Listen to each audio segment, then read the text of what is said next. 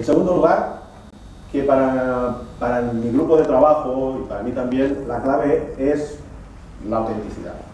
Esa palabra que vamos a tratar de definir y que desde mi punto de vista la que nos permite realmente enseñar y evaluar competencias.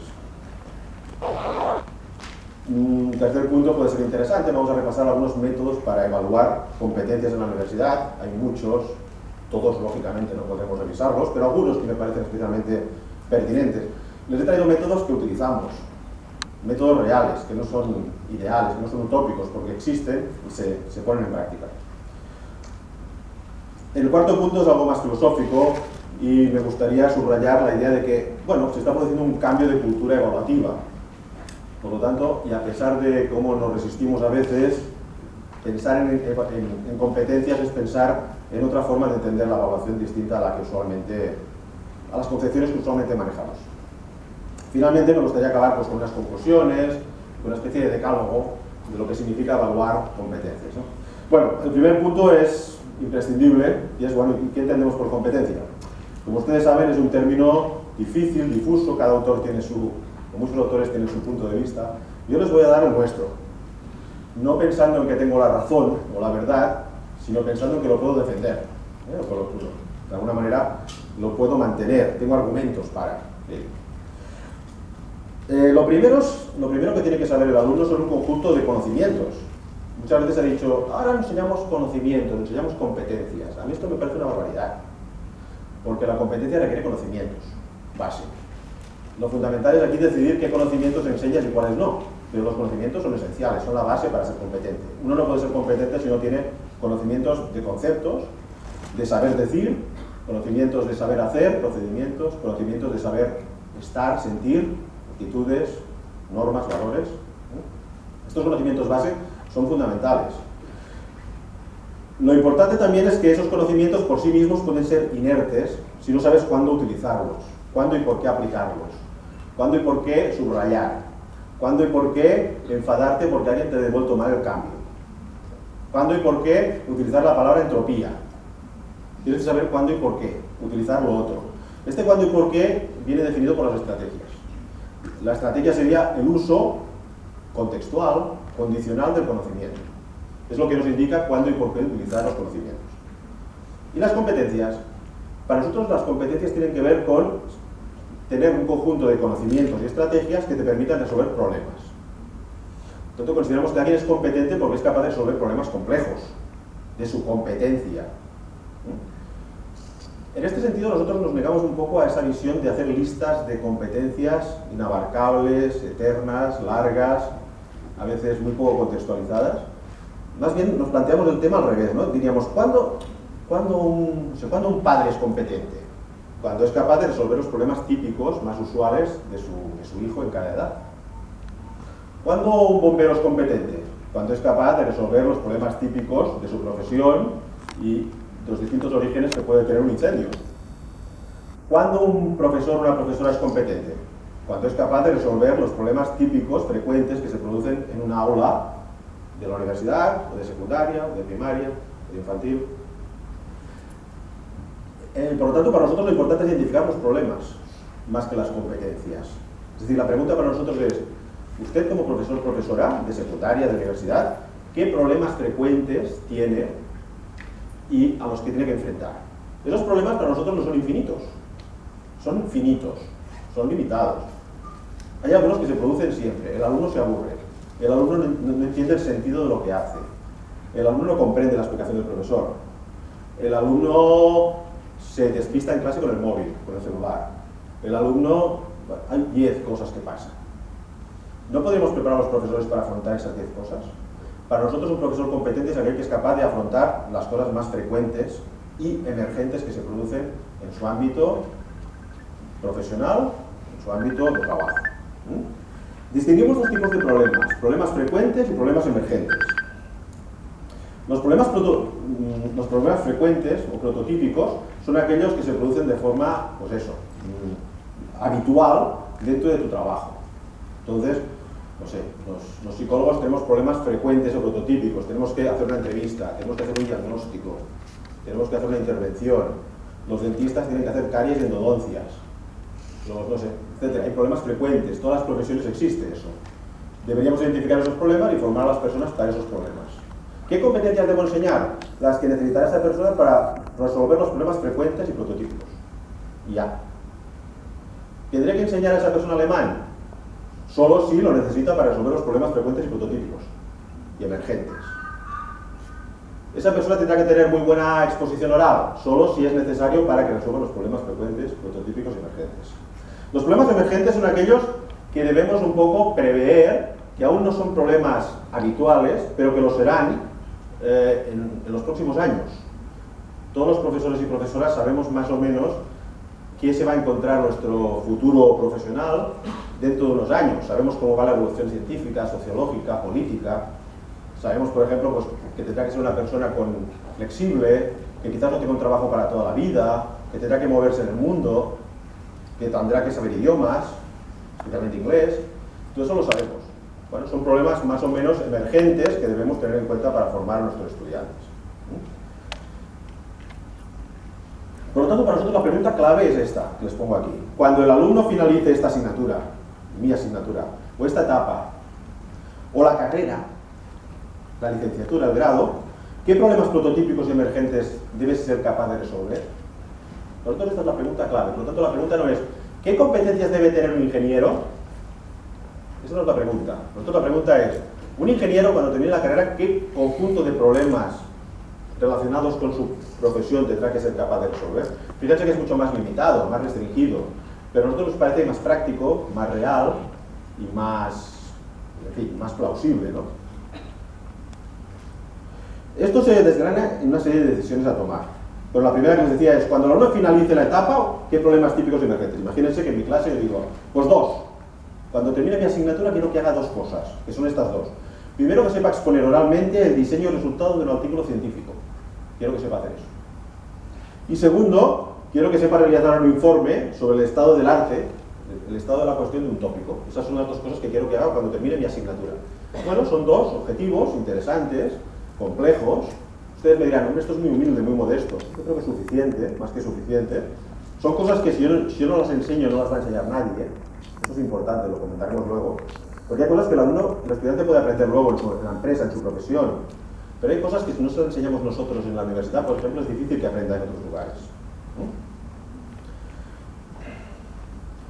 Y para esto, para resolver esos problemas, ¿qué tengo que enseñarle? ¿Qué conocimientos, qué estrategias, qué competencias debe dominar? Bueno, pues si tiene que exponer el diseño y resultados de un artículo científico, varias cosas, ¿no? Entre ellas, pues algún software de presentación gráfica, por ejemplo, le puedo enseñar. Eso puede ser interesante. Pero claro, también le tengo que enseñar pues un poco qué es un diseño científico, qué diseños hay, qué tipo de artículos hay en mi especialidad, en nuestra especialidad, en este ámbito, etc., ¿no? Si quiero que sea capaz de realizar un informe del estado del arte de un tópico, le tengo que enseñar algo tan importante como saber, cuando encuentre una información en Internet, si esa información es fiable y es válida. Eso es muy importante. Fíjense que esas dos cosas las he escogido porque no las enseñamos casi. No enseñamos mucho a entender artículos científicos, porque los profesores solemos pensar que si el alumno sabe más o menos leer y escribir, sabrá entender un artículo científico. Y eso es falso, porque los artículos científicos son un género específico, porque lo he repetido en otras conferencias, ¿no? Porque en cada facultad, cada carrera, las personas hablan un lenguaje propio, el matematiqués, el fisiqués, el quimiqués, el psicologiqués, ¿eh? Entonces cada uno habla su lenguaje, tiene que aprender una forma de hablar y de expresarse y de escribir. Tampoco se enseña cómo saber cuando encuentras una información en Internet si esa información es válida y fiable. Eso no se enseña. Se habla mucho de intoxicación informativa. En Internet hay mucha basura, mucha falsedad.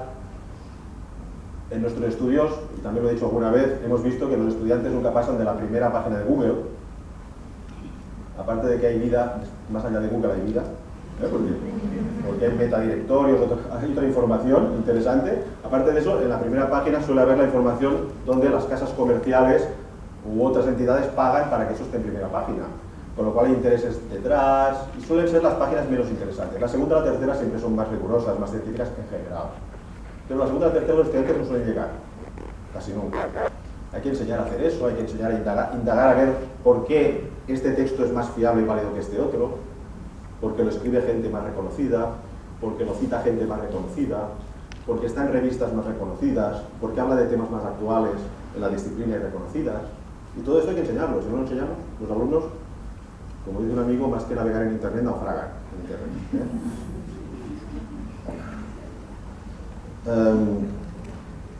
La siguiente pregunta es, bueno, este conjunto de recursos, ¿quién los enseñará? Y evaluará dónde, cuándo se hará. ¿Quién lo enseñará? Bueno, en principio los profesores, pero no todo tenemos que enseñar a los profesores. En muchos casos ese futuro profesional, ese futuro bioquímico, ese futuro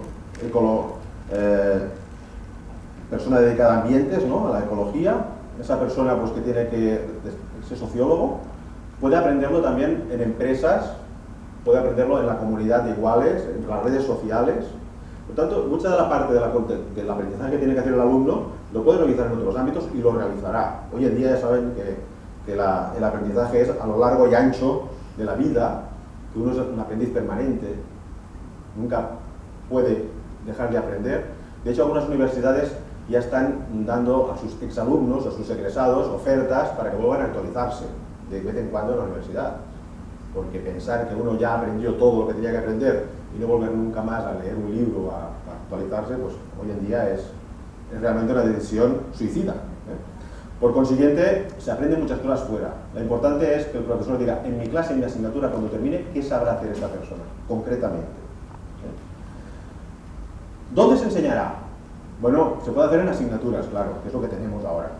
Si además eres capaz de ponerte de acuerdo con un compañero y hacer algo más interdisciplinar, ya sea porque este compañero viene a tu clase y te ayuda a desarrollar algunos problemas. Entonces, los alumnos resuelven un problema y ese compañero que es, tú eres biólogo y él es químico, pues introduce algunos temas interesantes que pueden ayudar al alumno, ¿no? Pues ese compañero que viene a clase es un metodólogo, es un estadístico, que introduce aspectos interesantes en tu clase. Entonces, bueno, la interdisciplinaridad un poco de ir por casa, casera, ¿no? Pero que puede ser interesante, ¿no? Si además eres capaz de hacer talleres tipo laboratorio, investigación, etcétera, con otros. Si además puedes hacer seminarios con grupos pequeños donde hables de noticias y donde también aquí hables de distintos tipos de disciplinas a la vez, o incluso módulos, y te inventes un módulo que sea, no sé, catástrofes naturales. Catástrofes naturales. Y allí se trabaje, pues, cuando hay un terremoto, ¿qué pasa? Pues además de la cuestión geológica, pues está también el impacto económico, y el impacto sobre la salud, y eso es medicina, ¿no? Y el impacto psicológico, y eso es psicología, etcétera, etcétera, ¿no? Entonces, podríamos montar un módulo en el que se trabajen distintas catástrofes naturales, qué impacto tienen en estos aspectos, y allí trabajar distintos profesionales. Fíjense que les pongo las cosas, por lo tanto, de lo más simple, sería, tengo mi asignatura, trabajo un problema o dos, cuando terminen tienen que resolver estos problemas, tengo una asignatura, me pongo de acuerdo con un colega, y trabajamos a veces algunos temas los dos, monto un taller y hago algún tipo de experimentos o planteamientos prácticos con varios colegas, o incluso llego a hacer un módulo en el currículum que se llame de otra manera, epidemias. Y hablo de historia, hablo de sociología, puedo hablar de matemáticas, hablo de epidemias, hablo de farmacología. Hay universidades que trabajan por módulos, o sea, no es utópico, el otro día también lo decía, utópicos en ningún lugar. Hay universidades en el mundo que trabajan básicamente con módulos, con proyectos. Y no son especiales, no son extraterrestres. Lo hacen porque han decidido hacerlo, se han puesto de acuerdo. Es verdad que son universidades más bien pequeñas, es verdad que son universidades más bien nuevas, pero yo también conozco universidades que acaban de nacer y sin embargo siguen con lo de siempre. O sea, ser nuevo no quiere decir hacerlo distinto, y ser viejo no quiere decir no poder cambiar.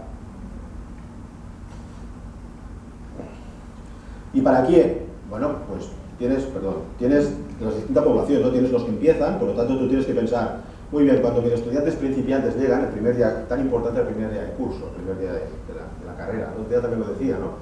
Les decía que me parece que los mejores profesores, y más sensibles pedagógicamente, los tenemos que poner en el primer curso, para motivarles, para que no abandonen, para que se den cuenta de lo interesante que es esa carrera, y no al revés como hacemos a menudo, ¿no? Que ponemos a los profesores más imberbes, ¿no? más novatos, más noveles, que hace que, bueno, el pobre profesor está ansioso por hacer bien sus clases y el pobre alumno piensa que se ha equivocado porque aquello es un rollo, porque no entiende nada y porque el profesor ni le mira cuando habla, Por lo tanto, ver un poco qué problemas de la futura profesión tenemos que desarrollar con los principiantes, qué problemas con los veteranos, qué problemas con los que acaban. Es decir, a los que acaban pueden volver a su universidad, los alumni, ¿no? Los exalumnos pueden volver y pueden ayudarnos. Algunos de estos egresados pueden ser luego personas que tutoricen trabajos de nuestros estudiantes, que nos conecten con la realidad exterior.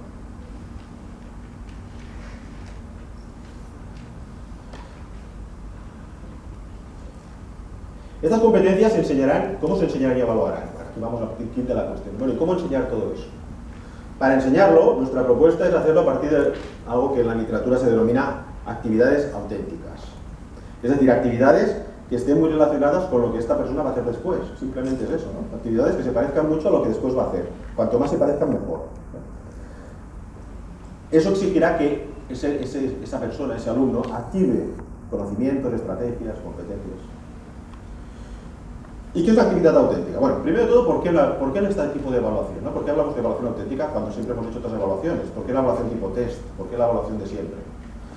Lo primero es porque, claro, si realmente queremos evaluar competencias, quiere decir recursos que uno pone en juego para resolver problemas reales, tiene que hacerlo a través de actividades reales. Por lo tanto, ustedes me dicen, profesor, pero no puedo yo hacer a veces no es importante saber si el alumno sabe un concepto bien. ¿No puede ser interesante hacer un test objetivo para ver si conoce los conceptos? Bueno, sí, puede ser, y eso puede tener un interés. Pero eso no es evaluar competencias, eso es evaluar conceptos. Y ya les digo, en algún momento puede tener interés hacer eso, y tú puedes decir, bueno, quiero que mis alumnos demuestren cierto manejo de los conceptos fundamentales de la materia. Vale, hazlo. A mí me gustaría más que lo hicieran en acción, que los conceptos los pongan en juego ante un problema real, que es lo que hacen los profesionales. A un profesional, el paciente no le pregunta, bueno, a ver si usted es un buen médico, a ver, explíqueme lo que es un estrangulamiento de la coronaria. Pues no hace eso el paciente generalmente, ¿no? Sino que el médico pone en juego los conceptos que sabe porque diagnostica y dice lo que tiene que decir en su momento, ¿no? Pero de todas maneras podríamos admitir que ustedes quieren ver eso y hacen un test, vale, pero no están evaluando competencias. Para evaluar y ser competencias necesitas un tipo de evaluación y de enseñanza específica, auténtica. La segunda característica importante de la evaluación, y eso me gustaría subrayarlo mucho, es que la evaluación es el punto fundamental para cambiar las cosas. Si usted quiere cambiar una carrera, si usted quiere cambiar a un profesor, una asignatura, cambie la evaluación. Cambie la evaluación. Unos dirían, esto es empezar por el tejado. No, porque la evaluación tiene efectos muy fuertes sobre la enseñanza y el aprendizaje. Dime cómo evalúas y te diré cómo aprenden tus alumnos. Pero cambia la evaluación y te diré cómo enseñan tus profesores. Claro, la evaluación tiene efectos retrospectivos y retroactivos muy fuertes sobre la enseñanza y el aprendizaje. Entonces, los alumnos aprenden en gran medida por cómo se les evalúa y los profesores enseñan en gran medida por cómo evalúan. Por lo tanto, las innovaciones deberían partir mucho de la evaluación, porque yo diría que es el talón de Aquiles del cambio. La tercera consideración es que además, cuanto más auténticas son las actividades, en general, más motivantes son para los alumnos. Los alumnos van a farmacología porque quieren ser capaces de trabajar con determinados tipos de fármacos activos, de sustancias que curen a las personas, porque quieren investigar sobre eso, porque quieren inventar quizás algún fármaco, porque pueden ver que un fármaco sirve para otras cosas que no para lo que está indicado solo, etcétera, etcétera. Y cuando llegan a la universidad, en cambio, lo primero que se encuentra muchas veces es pues, una serie de materias fraccionadas, rompecabezas, que no saben hasta qué punto les van a llevar a lo que quieren.